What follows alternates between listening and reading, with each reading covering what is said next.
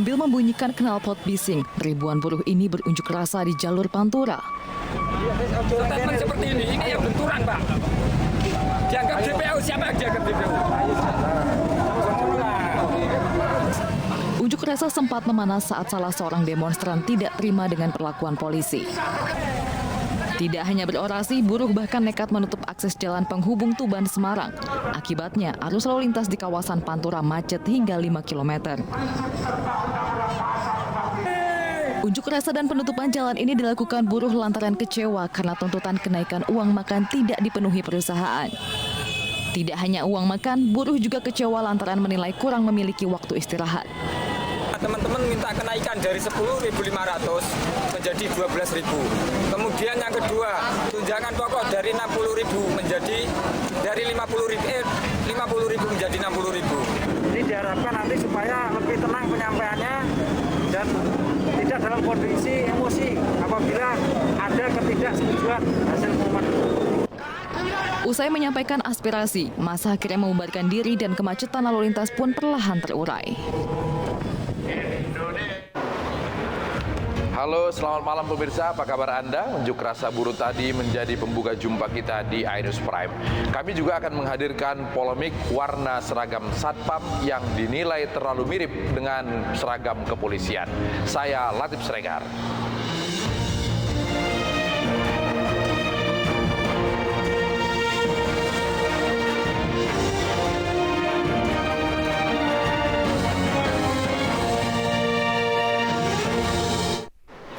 Seorang pria bersenjata tajam mendatangi Polres Lumajang, Jawa Timur. Pria yang datang sambil mengacungkan senjata tajam itu mengancam aparat yang tengah apel.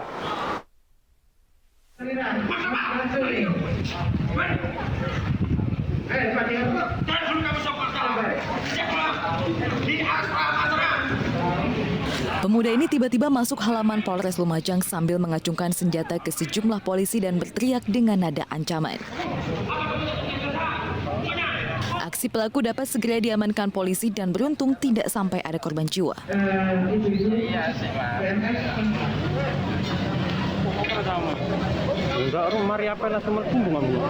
Kejadian bermula saat sejumlah polisi melaksanakan apel pagi. Pelaku diketahui masuk bersama warga yang akan mengurus dokumen kepolisian. Namun bukannya ke ruang pelayanan, pelaku malah berlari menuju sejumlah anggota polisi dan mengacungkan pisau. Dari hasil pemeriksaan diketahui pelaku mengidap gangguan jiwa berat yang dibuktikan dengan surat riwayat kesehatan pelaku dari rumah sakit. Bahwa yang bersangkutan memang sejak kecil sudah mulai menimbulkan gejala depresi atau gangguan jiwa. Kami juga ada surat keterangan dari Puskesmas Kecamatan Kunir bahwa yang bersangkutan itu menderita skizofrenia, gangguan kejiwaan skala berat. Pasca peristiwa penyerangan, polisi memperketat akses masuk ke Polres Lumajang. Sementara pelaku akan dirujuk ke rumah sakit jiwa untuk mendapatkan perawatan medis.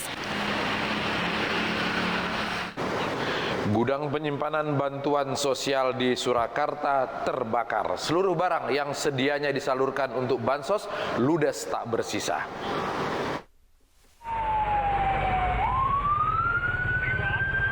Enam unit pemadam dikerahkan dalam kebakaran yang menimpa gudang bansos.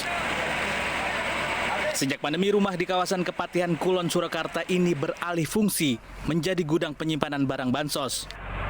Banyaknya bahan yang mudah terbakar membuat api cepat membesar. Saksi mata di sekitar lokasi kejadian bahkan sempat mendengar ledakan. Bahwa rumah ini difungsikan untuk logistik bantuan.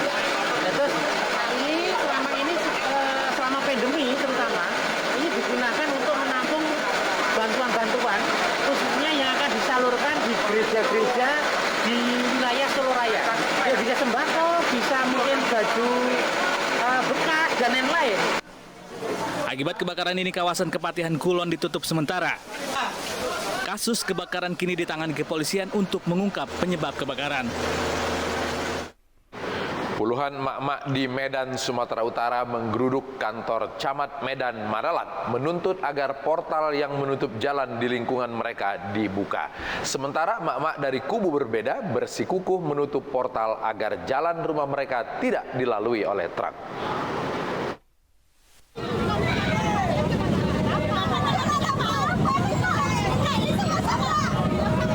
Emak-emak ini terlibat cekcok meminta agar akses jalan Nippon Danau Siombak Medan, Sumatera Utara dibuka. Sudah 1 bulan akses jalan tersebut di portal. Warga terganggu dengan banyaknya truk besar dan bermuatan kontainer melintas di permukiman warga. Akibatnya rumah warga diselimuti debu, retak, hingga membahayakan anak-anak. Sementara warga lainnya meminta agar portal tersebut dibuka karena membuat mata pencaharian mereka hilang. Suami mereka yang bekerja sebagai supir truk tidak bekerja, serta dagangan mereka menjadi sepi pembeli. Konflik warga di Jalan Nippon Danau Siombak ini telah terjadi sejak Oktober lalu. Emak-emak yang menuntut agar portal dibuka kemudian menggeruduk kantor Camat Medan Marelan. Mereka meminta portal di depan simpang jalan rumah mereka dibuka. Alasan mereka tidak ditutupnya portal abu, sementara kami ini yang tinggal di pinggir jalan, sementara yang menutup itu yang di dalam-dalam yang tidak terkena dampak. Seperti itu, jadi macam mana ceritanya? Puluhan emak-emak ini mengancam akan mendatangi Polda Sumatera Utara untuk meminta bantuan hukum karena pihak kecamatan tidak memberi respon. Ratusan santri pesantren Siddiqiyah Jombang berunjuk rasa menolak penangkapan anak pengasuh pondok pesantren. Mereka menganggap tuduhan pencabulan sebagai fitnah.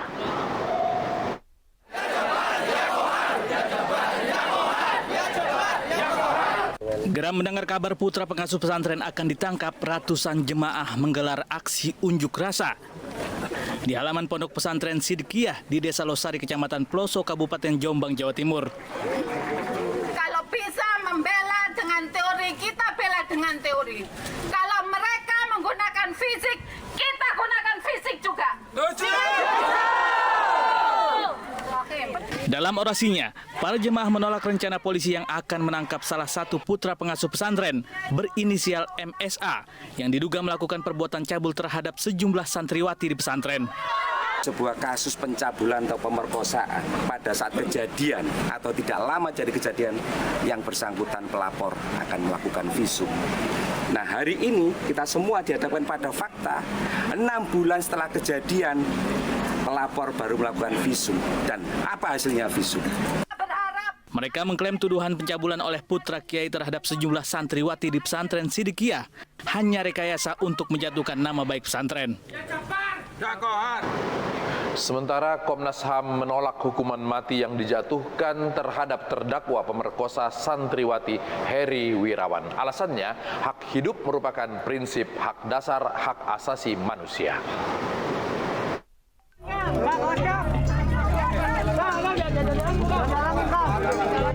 Komisi Nasional Hak Asasi Manusia atau Komnas HAM merespons tuntutan hukuman mati yang dijatuhkan kepada terdakwa pemerkosaan santriwati Heri Wirawan. Komisioner Komnas HAM BK Ulung Hapsara menyampaikan bahwa pihaknya menentang hukuman mati untuk segala tindakan kejahatan, termasuk kekerasan seksual. Menurut Komnas HAM, prinsip hak asasi manusia termasuk salah satunya hak hidup menjadi alasan penolakan tuntutan hukuman mati terhadap Heri. Apresiasi kita karena kejaksaan mengupayakan satu hukuman yang maksimal gitu. Bahwa Komnas HAM tidak setuju hukuman mati itu soal prinsip-prinsip dan standar norma asasi manusia. Tapi sisi lain bahwa ini adalah sikap kejaksaan untuk memberikan hukuman maksimal, ya, itu kita apresiasi. Heri Wirawan terdakwa kasus pemerkosaan 13 santriwati di Bandung, Jawa Barat dituntut hukuman mati dan kebiri kimia. Selain itu, Kepala Kejaksaan Tinggi Jawa Barat Asep Mulyana selaku jaksa penuntut umum juga meminta majelis hakim membubarkan pesantren yang didirikan terdakwa. Jaksa juga menuntut agar Heri dimiskinkan dengan merampas harta kekayaan. Segala aset terdakwa termasuk pesantren untuk dilelang. Hasilnya diserahkan kepada negara melalui Pemprov Jawa Barat yang selanjutnya digunakan untuk biaya sekolah korban beserta anak-anak korban. Mengacu kepada konvensi PBB menentang penyiksaan, hukuman yang tidak manusiawi, di mana perbuatan terdakwa itu termasuk dalam kategori kekerasan seksual. Kasus perkosaan 13 santriwati yang dilakukan terdakwa Heri Wirawan mendapat sorotan serius dari Presiden Joko Widodo. Presiden Jokowi meminta penanganan hukuman terhadap Heri dilakukan secara tegas dan meminta agar memperhatikan kondisi korban. Musisi Ardhito Pramono resmi menjadi tersangka dan ditahan dalam kasus penggunaan narkoba. Musisi itu meminta generasi muda tidak mencontoh perbuatan buruknya tersebut. Jerita Sanfadelia, istri Ardhito Pramono ini diam seribu bahasa saat tiba di Polres Metro Jakarta Barat. Kedatangan istri Ardhito tersebut sekaligus menjadi kemunculan yang pertama di hadapan publik. Usai pemeriksaan intensif, kepolisian resmi menetapkan Ardhito sebagai tersangka. Barang bukti yang disita penyidik adalah 2 paket ganja seberat 4,8 gram dan 1 bungkus kertas papir dan 21 pil aprazolam. Terkait dengan kepemilikan narkotika jenis ganja, yang mana narkotika jenis ganja ini ya didapat oleh tersangka dengan cara membeli kepada seseorang ya yang saat ini sudah kita ketahui dan masih dalam pengejaran, bahkan sudah ditetapkan sebagai DPO oleh Polres Metro Jakarta Barat. Kemudian terkait dengan kronologi singkat terkait pengungkapan kasus ini tentunya berawal dari adanya laporan dari masyarakat terkait dengan penyalahgunaan tindak pidana narkoba jenis ganja yang dilakukan oleh tersangka. Kemudian dilakukan penyelidikan, hasil penyelidikannya memang mengarah kepada tersangka sering menggunakan narkotika jenis ganja.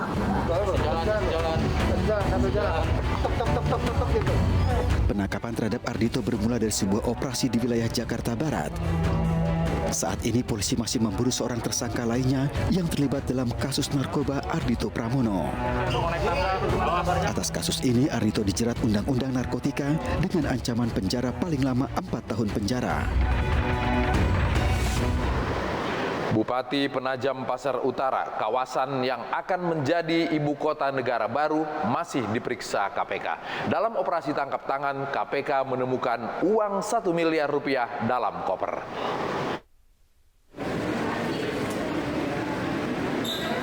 Bupati Penajam Pasir Utara Abdul Ghafur Masud ditangkap Komisi Pemberantasan Korupsi dalam operasi tangkap tangan pada Rabu kemarin.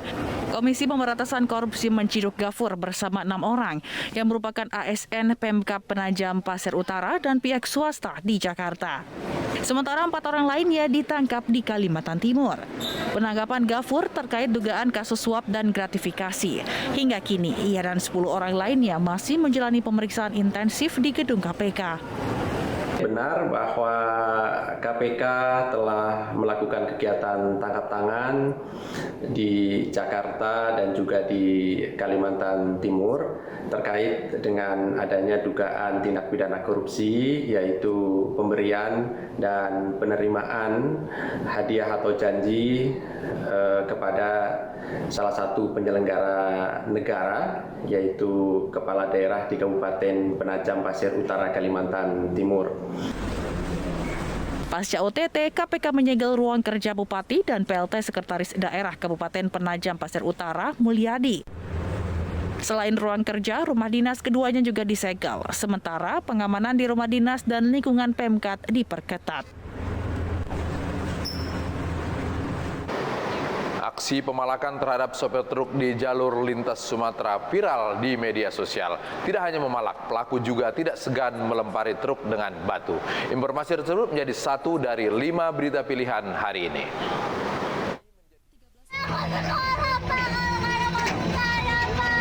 Membela sang ayah dan mengharap iba dari petugas, anak ini histeris saat razia parkir liar. Anak ini meminta agar sepeda motor ayahnya yang parkir sembarangan tidak diangkut petugas. Sang ayah berdalih dirinya sedang membeli seragam untuk anaknya sekolah sehingga mengabaikan lokasi parkir. Meski mendapat penolakan dan tangisan, petugas tetap mengangkat paksa motor-motor yang terparkir liar di kawasan Tanah Abang. Selain puluhan sepeda motor yang parkir di atas trotoar dan bahu jalan, petugas juga menertibkan belasan lapak pedagang kaki lima yang berjualan di sembarang tempat. Seluruh kendaraan roda 2 yang terjaring dibawa ke kantor Sudin Perhubungan di kawasan Senen. Para pelanggar nantinya akan dikenakan sanksi denda administrasi sebesar Rp250.000.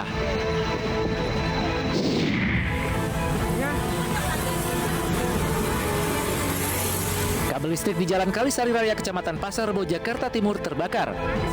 Api membakar seluruh bagian kabel hingga menjalar ke tiang listrik dan pohon.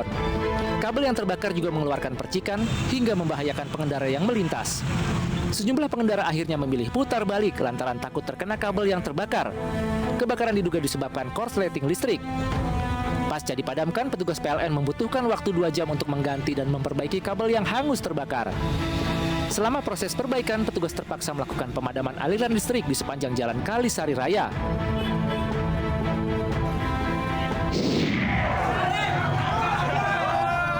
Inilah rekaman video amatir warga saat menggerebek tempat pijat refleksi yang diduga dijadikan sarang prostitusi.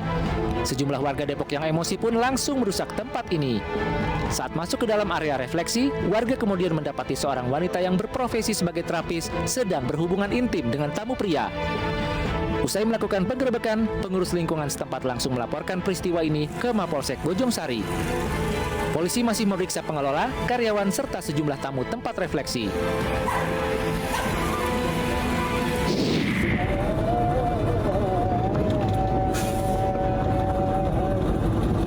Aksi dugaan pemalakan yang menimpa sebuah truk tangki di kawasan Batubara, Sumatera Utara.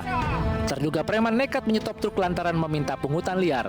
Tak puas aksinya gagal, kedua terduga preman justru melempar batu ke arah truk.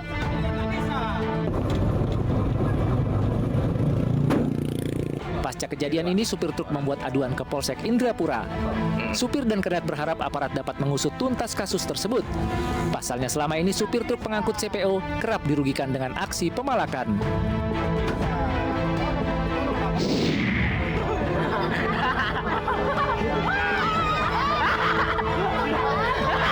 Warga Kesuren Serang, Banten digegerkan dengan kemunculan seekor babi hutan. Salah seorang warga pun nekat berupaya menangkap babi hutan ini. Setelah terpojok ke dalam sebuah kebun, babi hutan tersebut pun berhasil ditangkap. Usai insiden ini, warga akan rutin menggelar patroli demi keamanan lingkungan. Karena terlambat saat rapat dengan Komisi 3 DPR, Ketua Komnas Perempuan diusir pimpinan sidang. Ainus Prime kembali saat lagi.